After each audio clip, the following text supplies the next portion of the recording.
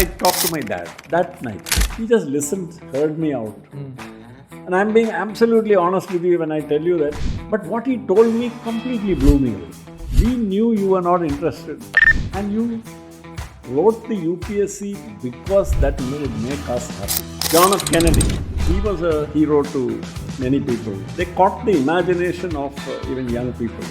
That is things like let us never negotiate out of fear, but let us never fear to negotiate. And ask not what you can do for, what your country can do for you, but what you can do for your country. One big difference I noticed between the young people today is very much earlier in their lives, they seem to be thinking about what am I going to do with life than we did in our time. I met the head of research, brilliant scientist called Professor A.V. Ramani. Guy who walked out of Ramani's room was not the guy who walked in. So you may fail. But if you succeed, you become the pioneer. You become the guy who put India on the biomedical devices. Suddenly it was that now I have discovered my purpose. This is what I am going to do. This is what I was born for. I even thought that. But this is what I was born for. I've never seen a person whose jaw dropped. But that day, he looked at his tongue.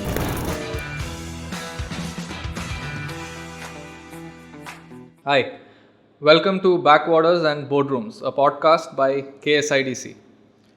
Kerala's world-beating achievements in education, primary health are very well known, and so is its breathtaking natural beauty. Much less, though, is known about Kerala's entrepreneurial energy or the business acumen of its citizens. For instance, we know a lot about Kerala tourism, but very little about the people who have made Kerala tourism into the global brand that it is. Through this podcast, we at the Kerala State Industrial Development Corporation thought of bridging that particular gap. We are shooting this episode from the boardroom of KSIDC, and through this, we intend reaching out to two sets of people. One is people from outside the state of Kerala to tell them a little bit more about this lesser known side of the state, and more importantly, the thousands of young men and women who we hope to inspire to become builders and entrepreneurs and the business leaders of tomorrow. For the inaugural episode, we have an individual with us who left the IAS, who first got into the IAS, then left the IAS, started a venture of his own in a manufacturing business which is not very far from where we're shooting this. He grew that business to global heights, sold it, and now sits on the boards of multiple companies, advising them and inspiring entrepreneurs. All this while he ages like fine wine. Mr. C. Balagopal, welcome. Thank you. It's a pleasure to be here, Mir. So let's start by going back to when you came from, 1952. That's older than the state of Kerala. So tell us something about childhood. What was it like? What were your earliest memories? I was born in Kollam in 1952 on October 2nd. Oh.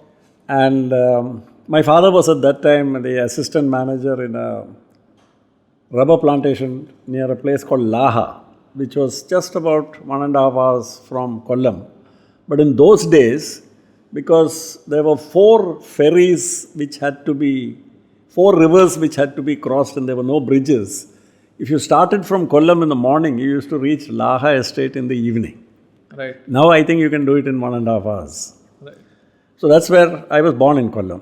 And my childhood memories are mostly about rubber and tea plantations and large bungalows and quietness and silence and playing in huge lawns and gardens, and generally by myself till my younger brother joined me when I was 3 years old. So those are most of the memories of childhood. And schooling, where did you get your first education? What was school like in the 1950s, early 60s? So since my father was working in remote tea and rubber plantations, and there were no telephones those days, and in those days even we didn't have mains electricity because they used to start a generator in the evening. It's all very difficult to imagine today, but those were standard for the 50s and 60s. So I was sent to a boarding school in Nilgiris called Lawrence School, Lovedale. And I joined there from the second grade actually, in 1959, till I graduated from the school in 1968. So 10, 11 years was spent in that beautiful place, wonderful school with a 700-acre campus and only 600 students, including 100 girls. And it was a co-educational, fully residential school, but which had very modest fees. Very tough life it was in those days. It was run like a military school. Right. So even though it was a private school, it was not a soft life. And even our uniform was a British military uniform with battle jackets and all that. So that was where I had my school education. So this was a cosmopolitan crowd, I presume, not... Exactly. People must have come from all over the place. Exactly. So it was a very cosmopolitan crowd. Right. With we had a very even distribution of students from most of the states. There were many students from North India, there were many students from Calcutta, there were many from Hyderabad, Bangalore, Mumbai had a big cohort. And there were some from Kerala and some from Tamil Nadu. So it was a very cosmopolitan crowd, and we grew up truly with a very broad and spacious idea of India with all its diversity. It was very natural. That was the kind of way we grew up in. Right. And so this group of children from all over the country in Lawrence, Lovedale in Ooty, what were your role models growing up? Generally, not just yours, but who did kids of the 60s look up to? That is a very interesting question, because I think the names I suggest will appear very diverse to you. One of them was, of course, all the cricketers were well known. I mean, for us, they were well known. Names like Farooq Engineer and Salim Durrani. They were the heroes. They were better cricketers than them. But these were the dashing guys who, ML Jaisimha, people like that. Nari contractor, Nawab of Pataudi. So they were our heroes, one side. Because I was a cricketer and was very keen on cricket. And cricket was one of the specialties in our school. We had a very good cricket team. We used to get very good coaches like Kripal Singh and Ram Singh and all that used to come and coach us in our school. The other heroes were role models were, for instance, Yuri Gagarin.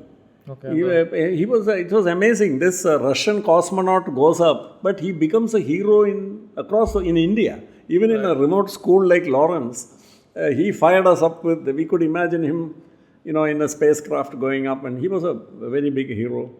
And then, of course, like most people, we had heroes like Shammi Kapoor. Right. He was a big hero because they were better actors, but Shammi Kapoor caught our imagination. Okay. And so then John F. Kennedy, he was a hero to many people, and his tragic death, all that. Why was JFK a hero to people, kids in India? I think, there was a kind of a romantic, there was a romance about him, apart from his good looks and all that. Some of his speeches and all that, which were reported in the press, they caught the imagination of even young people, That is things like, let us never negotiate out of fear, but let us never fear to negotiate. And ask not what you can do for, what your country can do for you, but what you can do for your country. So these were all things, in my time when we were in school, JFK reached across national boundaries in a manner which I don't think any US president before or since has been able to do. I remember in Madras when I was studying, but it was Madras those days, so when I was studying in university in Loyola College there was a JFK haircutting salon. Right. It was called the John F. Kennedy haircutting salon. Right. So, that was the sort of cultural impact. So these were the role models for all of us. No businessmen, business persons. That is very interesting. There were absolutely no businessmen. While we had all heard of JRD Tata and GD Birla and all. We regarded them as business people, and somehow they were not really looked up to. But on the other hand, names like, say, B.C. Roy or educationists like Humayun Kabir and all were known in schools, Right. Among schoolboys, but not the big business people. No one aspired to be Even the scientists. next. We knew scientists. We heard of scientists like Sir C.V. Raman and Jagdish Chandra Bose and all that. Right. But nobody aspired to become a businessman. Right. So you move after your schooling to another part of Madras Presidency, but then by that time Tamil Nadu, the state, has formed, and you're in the city of Chennai attending Loyola College. Loyola College. So how does the choice of college happen? What do you study at Loyola? I read economics, and that was my main, and my subsidiaries were mathematics and statistics. And Loyola College was probably not the best choice for economics, even in the south. I should have probably gone to Madras Christian College, because with the professors like C.T. Kurian and others, that had a much better economics department than Loyola. But I enjoyed my time in Loyola, in the sense I learned a lot. There was a big shift from my school days to college days. School was a very physical time of life when I played all the games, and we all, it was a very physical phase. Studies was considered something like a distraction almost. But after coming to college, a big change happened to me. For various reasons, I stopped playing games there. I remember I started smoking, and then I started reading books and became almost a nerdy kind of character. Right. And started started spending a lot of time on academics. Right. And excelled in academics. And that became, something which in fact, at that time, I thought that I would probably end up as an academic, probably a teacher or something. Right. That was a phase of life. After Madras University, I came to the Center for Development Studies in Trivandrum. And to do a PhD there, which had outstanding economists like Dr. K.N. Raj and Krishnaji and Iqbal Gulati and T.N. Krishnan and very world-famous economists like that. So it was very exciting time to be there. And so I spent about a year there doing research. So that was my education career, spanned Madras and Trivandrum. Right. And so now you're well into adulthood. Now if you sort of put a pin at your adulthood and you look back at the first 18, 19 years of your life, what would you say were the lessons that your family and your upbringing taught you? That's a very good question, because the move from school to college was almost like a culture shock. Because see, there's my home, which was in the hills in tea estates, which had a very colonial kind of atmosphere, big bungalows with a lot of opulence and every comfort and everything, and a school which mirrored that, in the sense that it was located in the hills. It didn't look like the rest of India. The buildings also looked very British. They are all heritage buildings, 200 years old, right. And and a beautifully manicured campus, kept very well with all the gardens and everything. So in that school, we learned lessons that life is all about merit. It will be recognized that it's a meritocratic world out there. We don't have to do anything. If you are just good at something, you will get what you deserve. So if you were good in cricket, you got selected to the team. You didn't have to go and push yourself. You didn't have to canvass. You didn't have to lobby. You didn't have to do anything. And then we come to college, and it was a big culture shock, in the sense that suddenly it was the real world. Right. And then there, of course, ability, all that counted, but it was not enough. And you had to really, if you just sat back or stood back saying, look, I am this very good cricketer, or I am this very good speaker, or I am this very good painter, writer, nobody is going to give you the time of day. So that it took some time for many of us to get our... So this was the first confusion. Right. But what helped me probably, and many others like me, through this transition were the values which my parents left me with, which was simplicity, that not to get your head swayed by. My father's, I remember, lasting message was always, count your blessings, he used to say. Right. Whenever he found me feeling sorry for myself, he used to say, just look out of the window, look in the street, and you'll find somebody much more miserable than you, and then, so stop feeling sorry for yourself, that kind of. So those values, simplicity and respect for the truth, helped me through this transition. Right. And then I found my feet pretty soon. Right. Was there a point where you actually felt sorry for yourself? As a young man in Chennai at the time, at what point would you say that these sort of lessons actually came in to help?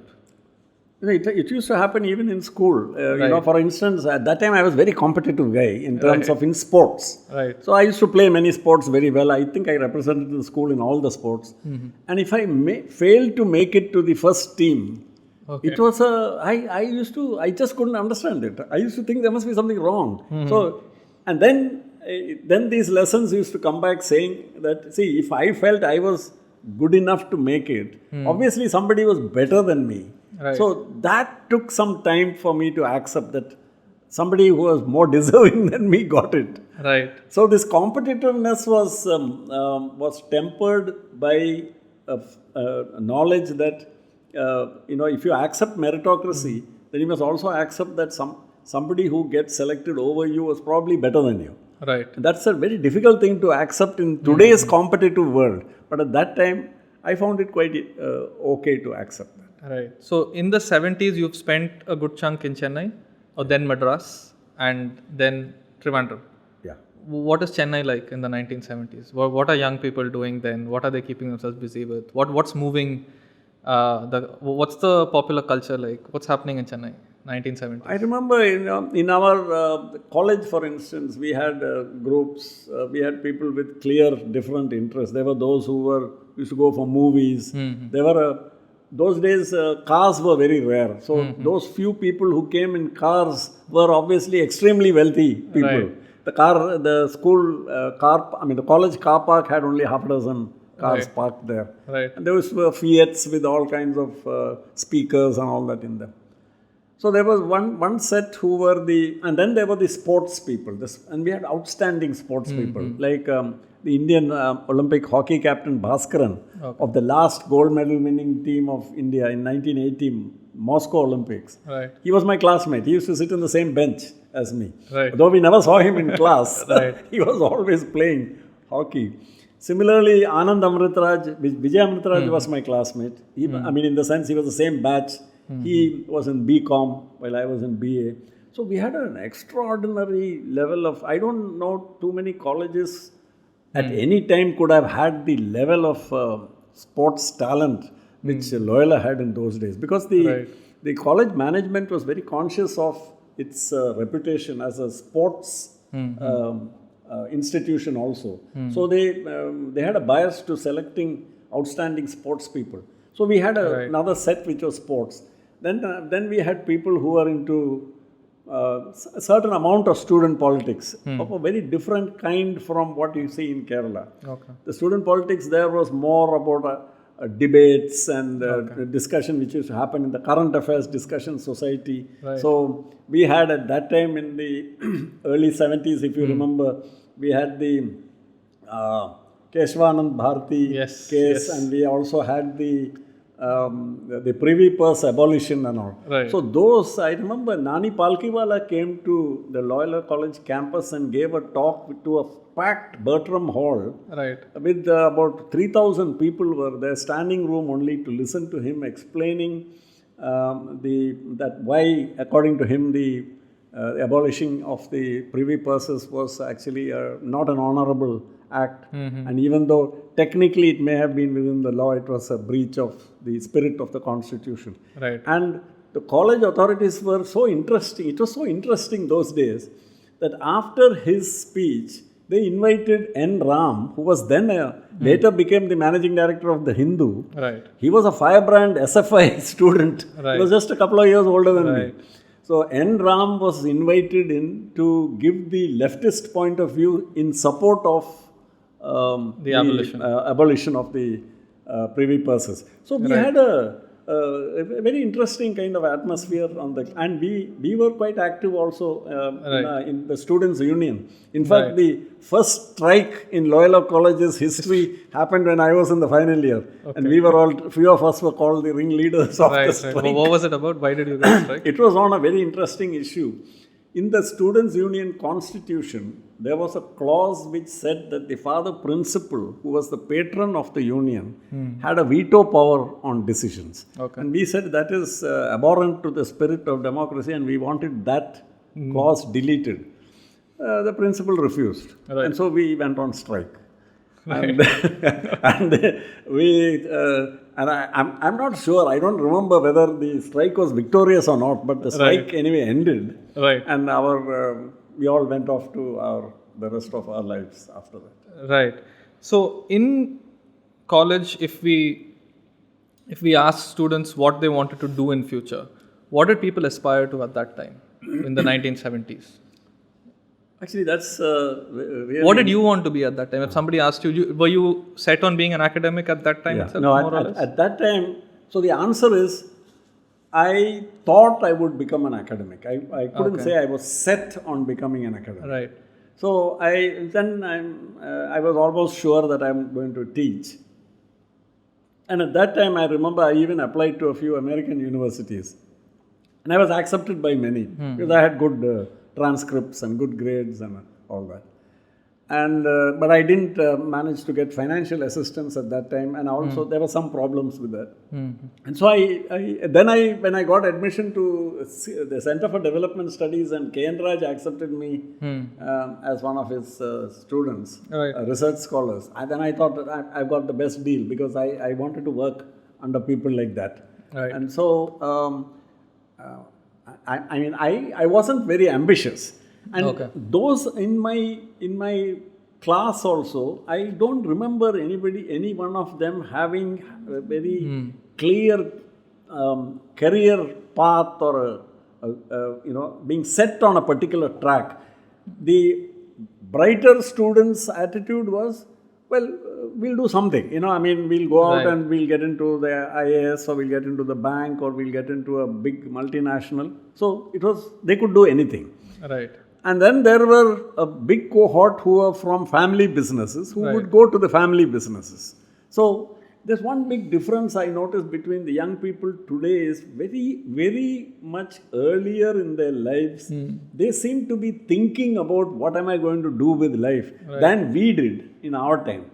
In our time, our approach was, this is college, we're going to have a great time. And we'll think about all this after that. Right. So now let's shift to Trivandrum. You're in Trivandrum, you're at CDS. What is Trivandrum like? How is it different from Chennai when you make a comparison? Trivandrum was a huge change. It was a small town with, at that time, Madras was a very big cosmopolitan city with electric trains and, everything, like all the signs of a big city, like the first 70 mm theaters and stereophonic sound. Trivandrum didn't have anything like that. So from Chennai to Trivandrum was a big change. Number one. Number two was the political atmosphere was a huge change. And I came to the Center for Development Studies, which was, while it was a world famous academic institution, it had a very political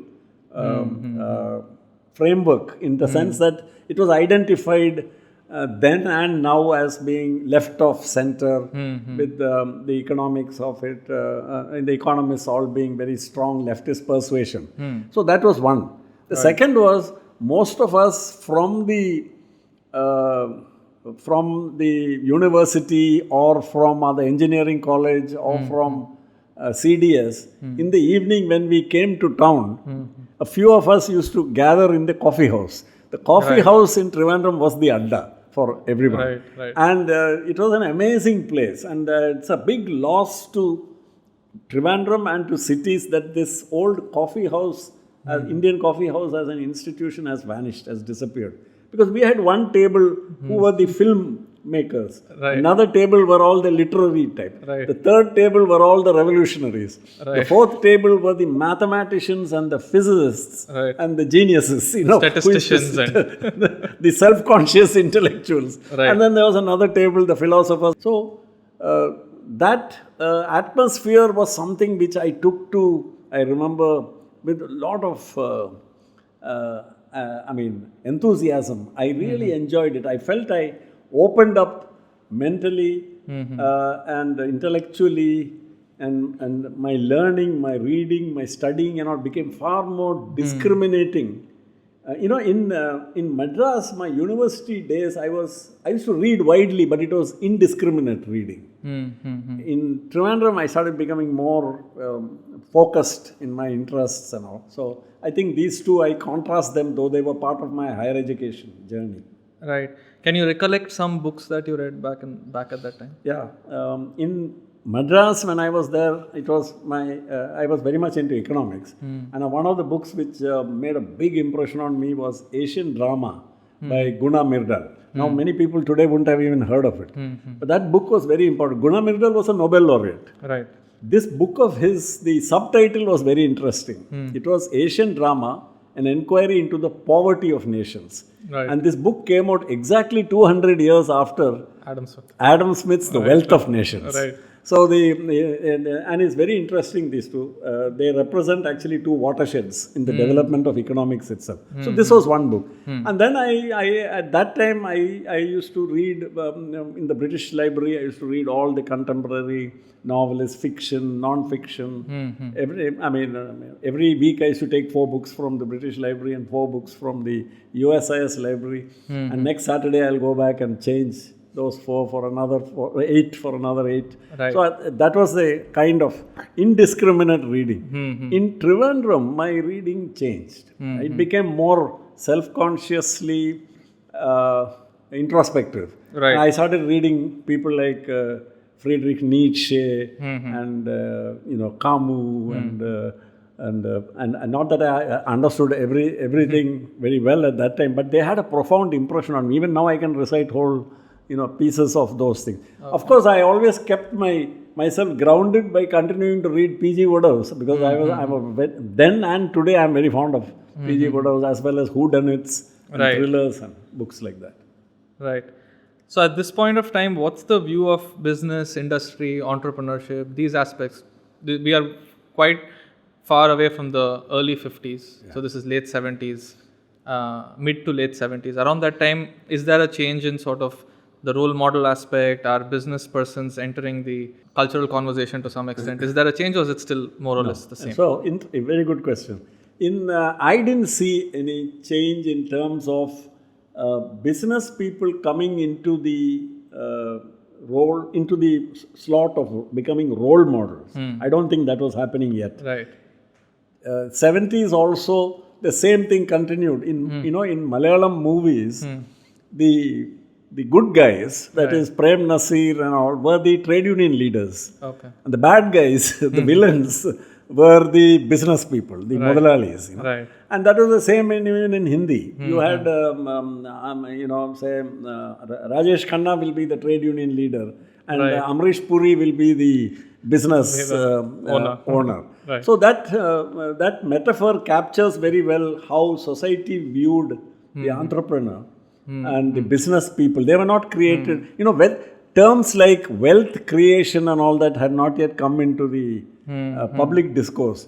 It was all about exploitation. It was all about, a rich person was seen as becoming rich through extractive processes and not by productive forces and things like that. So that naturally changed things.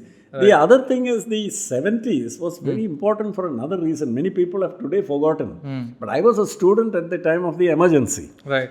And I was in coffee house. It was my coffee house phase when emergency was going on. And I remember, a couple of students I knew quite well. They were picked up from the Karyavattam campus, and then we did not see them for 2-3 months. Luckily, they came back much later. One of them was a good friend of mine. Right. He died only recently of cancer. But at that time when he went away, we were all quite worried because it was all very real what was happening. It was not imaginary. And we all felt this thing. The only time since independence we felt that whatever we are taking for granted is a very fragile thing. Right. And it can just change.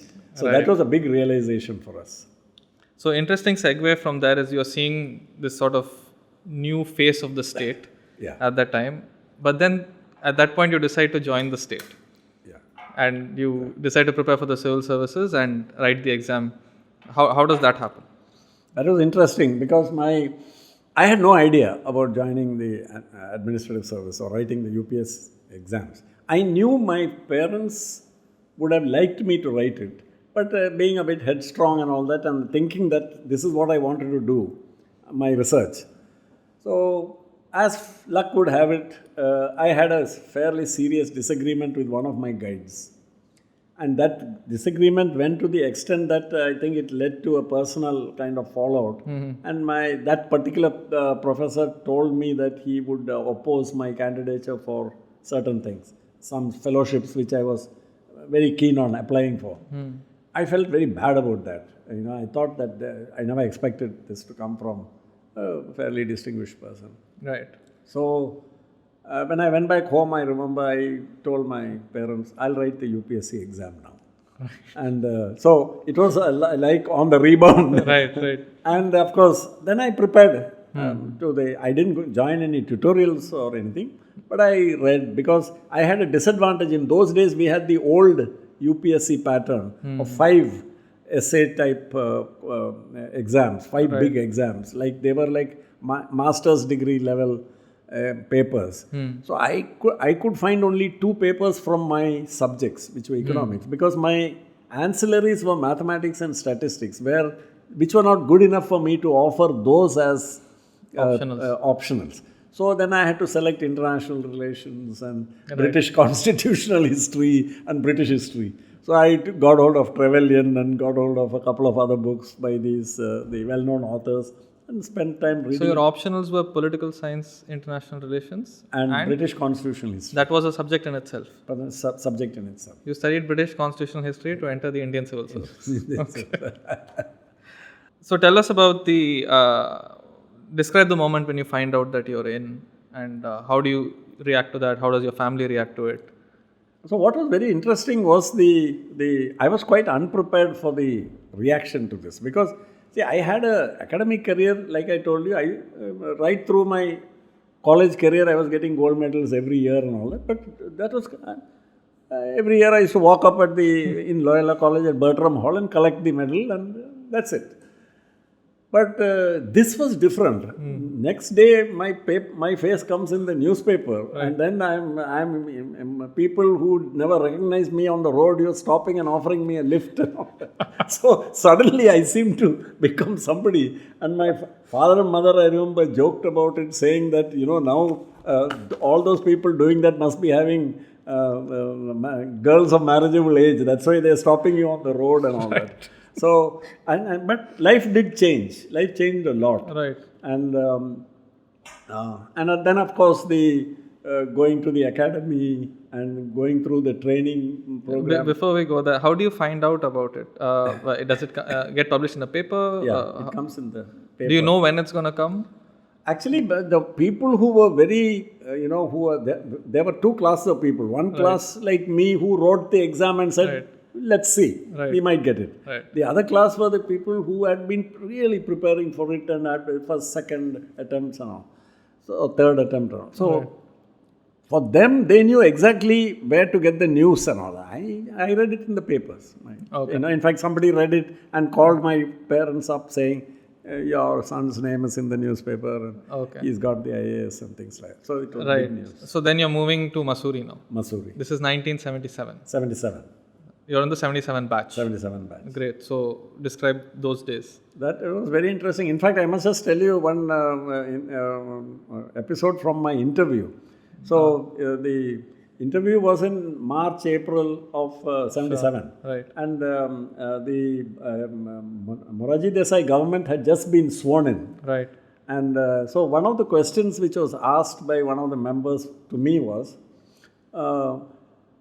what do you expect any change in the foreign policy of India now that it's no longer going to be the Nehruvian policy, and Atal Bihari Vajpayee is the External Affairs Minister. So what do you think? I said, Mr. Vajpayee is a very smart politician. He will, now that he is in the chair, he will realize that diplomacy and geopolitics is not run by ideology and personal likes and dislikes, but by geopolitical realities. And I said, hence, I don't expect very big change in the foreign policy of the Janata government. And there was one of the members of my board was Badruddin Tayyabji, who was a very veteran and very respected diplomat. He liked my answer, I remember, and he asked me many questions, follow-up questions, I think, which helped my interview. Because I understand, I think I got one of the highest marks in interview in my batch. Right. What is Mussoorie like at that time? Oh, Mussoorie was the old Charleville, with the old academy, which was burned down, and they rebuilt it. Okay. And I was very sad to see the rebuilt thing, which looks interesting, but it is nothing like the old, the old Panth Hall and all the old colonial buildings. So it was a very charming kind of, you could understand, upper class British retreat for people to escape the hot summer plains and all that. Right. But and it was a very collegial atmosphere. That's what I remember most.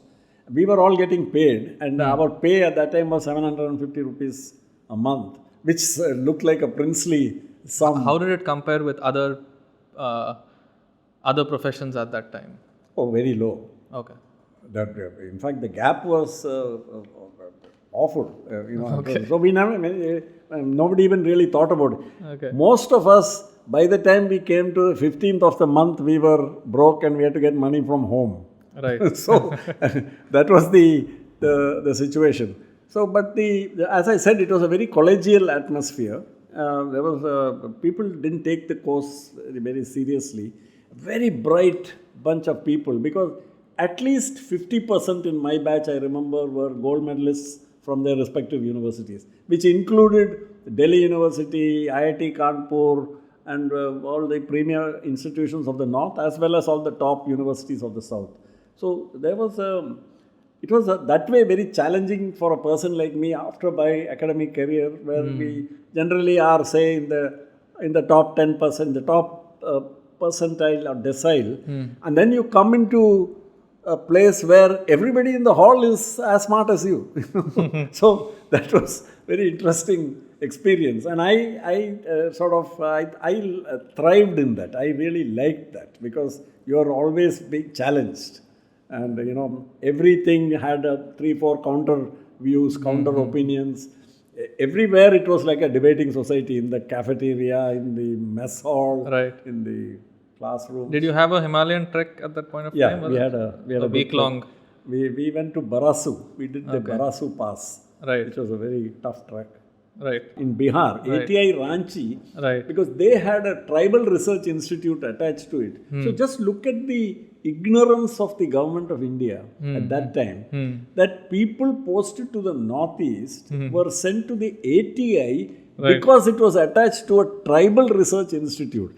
Now the tribal research institute of Ranchi was mostly about Santals and other people of Bihar and Chota Nagpur. It had nothing to do with the northeast. So we landed up in northeast, me and my batchmates, let's say, very under-prepared for what we were going to see. But we had a great time, great fun. And what I experienced there is the subject of my first book, which I wrote, which is On a Clear Day, You Can See India. Right. Which is about my a couple of years in Manipur. Right. Which covers my ACUT phase as the assistant collector under training in Tamenglong and in Ukhrul. Right. And then it also covers my first postings as SDO Ukhrul and SDO Imphal West. Okay. How was Kerala like working as a civil servant back home? it was very now in different. administrative In fact, in my second book, which I unfortunately don't have here, it was called The View from Kollam, Okay. A Day in the Life of a Sub-Collector. Ah. I came down and I came down for a personal, due to a personal tragedy, because I lost my younger brother, who was an army officer in a training accident. And I came down because the family was in trouble. So, I made a request there saying that I'd like to finish my district, if I can, my sub-collectorship. So I was posted to Kollam as a sub-collector. And then after that, I did a stint with Supply Co, which was then called... The book is there, by the way. Yeah, that's... The third book. It is here. It is here. Yeah. So I did a stint in Supply Co when my boss was K.M. Chandrasekhar, who later became the cabinet secretary. He was the MD, and I went as his general manager. And that was the time we introduced Maveli stores, Onachanda, and all these innovations. It was a very exciting time. And this would be the year 1981, 82, and up to March 83. Okay. 81, 82, 83. So, and I've written about that also in another book called Maveli and Markets. Right. How Supply Co held the price line. Right. So that was a very interesting experience. So I had very interesting experience. There was a big contrast between the administration, the approach to administration, and of course society in Kerala and Manipur. So completely different. But I think the same would have been the case if I had worked in, say, Bihar and then come to Kerala. I would have found the same kind of differences. Right. So now we're approaching this sort of watershed moment, where you decide to quit the civil services. And how does that come about? Because that couldn't have been an easy decision, or maybe in your case it was because you weren't that keen to get in to begin with. So how does that? What are the events that eventually lead to that decision? Okay. That's interesting because I've been asked this question many times. Yeah. And some of the write-ups which happened about me early in my career as an entrepreneur was people assumed that I left the IAS because I found the bureaucracy stifling and my entrepreneurial spirit. And some journalist with imagination wrote all kinds of stuff. But actually the truth was very different. I had come down from, and now, while I was on deputation here, my mother was hospitalized in the medical college in Trivandrum. And I took leave for a few days to be with her.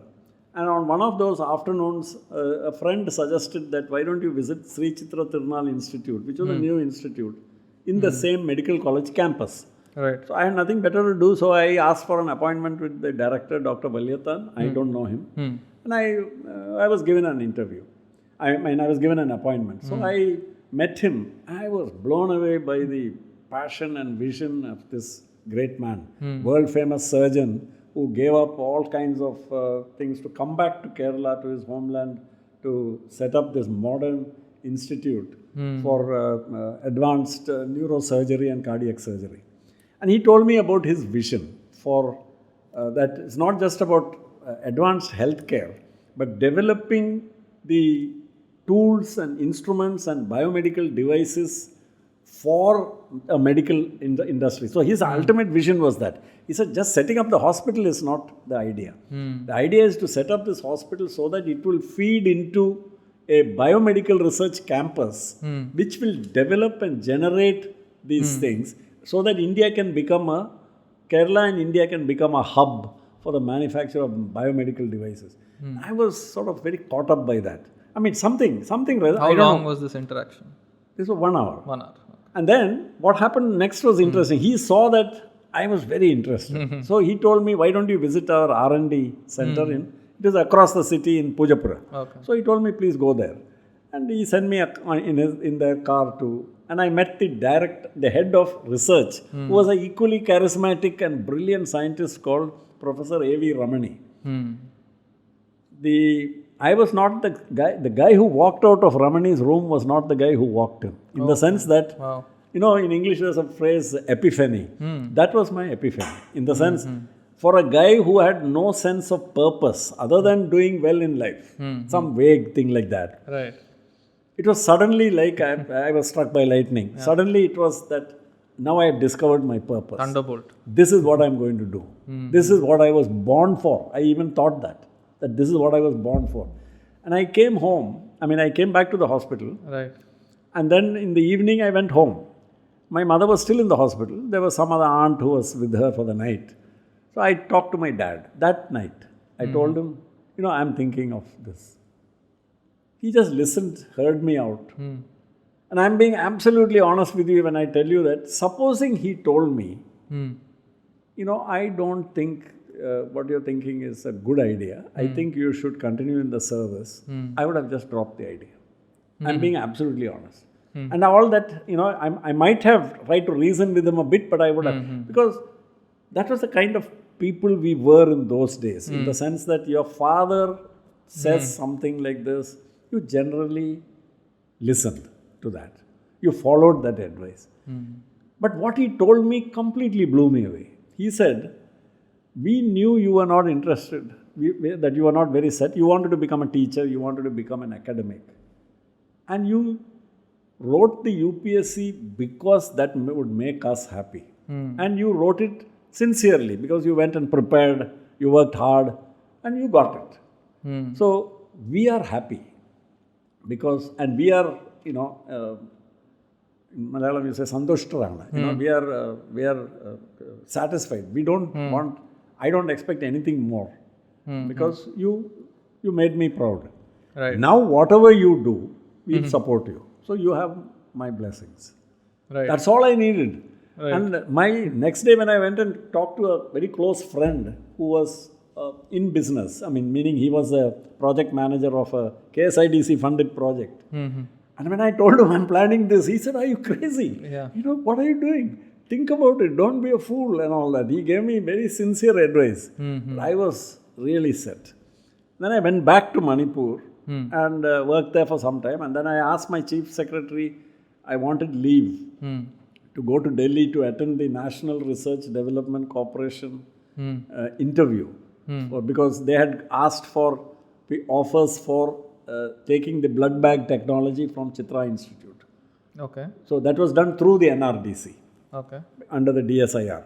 So I asked my chief secretary for leave. And he said, no Bala, I think you're just emotional. You're come back to Manipur and now you're thinking that, oh, I'm so far away from home. He said all kinds of things. I said, no sir, you don't get it. I'm very serious about this. And he said, no, you go sleep over it, come home in the evening, right, etc. So I just walked out of his office, walked across the road to my batchmate, Pushpender Rai. Vinod Rai's younger brother. Right. So I walked to Pushpen's office. He was the secretary to the CM. Right. I said, Pushpen, call your PA. So he called his PA. So I said, take a dictation. For personal reasons, I wish to tender my resignation from the Indian Administrative Service. Please relieve me with as early as possible. And next day morning, I was back in Mr. Barua, who was the chief secretary. I was back in his office. I gave him the cover. He said, what is this? I said, open it, sir. He opened it. And that's the closest I've come across this thing, when you say his jaw dropped. Right. I've never seen a person whose jaw dropped. But that day, he looked completely stunned. But he acted on it. He said, obviously, you've thought over it. And he forwarded it to Delhi. And that the rest is, as they say, history. So this interview that you are going for is for because other companies had also put in a bid for the same know-how. So which company is this, the one that you were talking about? No, National Research Development Corporation of India is under the Department of Science. It's a PSU. It's a PSU. So Chitra Tirunal Institute assigns its know-how to the NRDC, who finds a licensee. You want to interview to become a licensee? To become a licensee. So right. I was taking a leap in the dark. I had no assurance I'm going to get it, but I've already given my resignation. But prior to that, you were thinking you'll apply for leave, go there, see if it works out. Then eventually you'll have to resign. Eventually I will have to resign. That was not a problem. But right. Here I had to quit even before knowing I'm going to get it. Okay. You couldn't take that technology, or no one could take that technology directly from Shri C. They couldn't. It had to come through It had to come through. Because that was the arrangement at that time. Sure. So then you resigned. Then I resigned. So this meeting that you were talking about, where you say you walk in as one person and you walk out as another. So in that meeting, this person, I believe, is showing you the different technologies on display, medical equipments on display. And does he make a pitch to you saying that I need someone to sell this or this? Such? What exactly is happening there? So that was very interesting. In fact, he didn't speak very much about the technologies. He spoke about developing indigenous capability to manufacture advanced products. And he said why it is not rocket science, why it is so doable. And his great disappointment that the large companies were not doing this, not willing to take the risk. So he said, what we need are startups, we need new entrepreneurs to come forward. And he was saying, see, for example, he said, that was when it hit me. He said, you can do it. Balagopal, you can do it. I was saying, how can I do it? I'm not even a technical guy. Then he started explaining, you don't have to be a technical guy because you can build the team. And he said, the institute will help you. That's what we are there for. And then you just have to arrange funds. You just have to do what. And then I started thinking like an entrepreneur. I started thinking then, okay, how do I raise money? How do I get the people? And then I was on that track. You know, it's sort of. So he didn't speak about the finer points about the technology. Yeah. But he told me, and the vision which he put before me was, see, you may fail. Because he said there's a risk. There's no guarantees in this life. So you may fail. But if you succeed, you become the pioneer. You become the guy who put India on the biomedical devices map.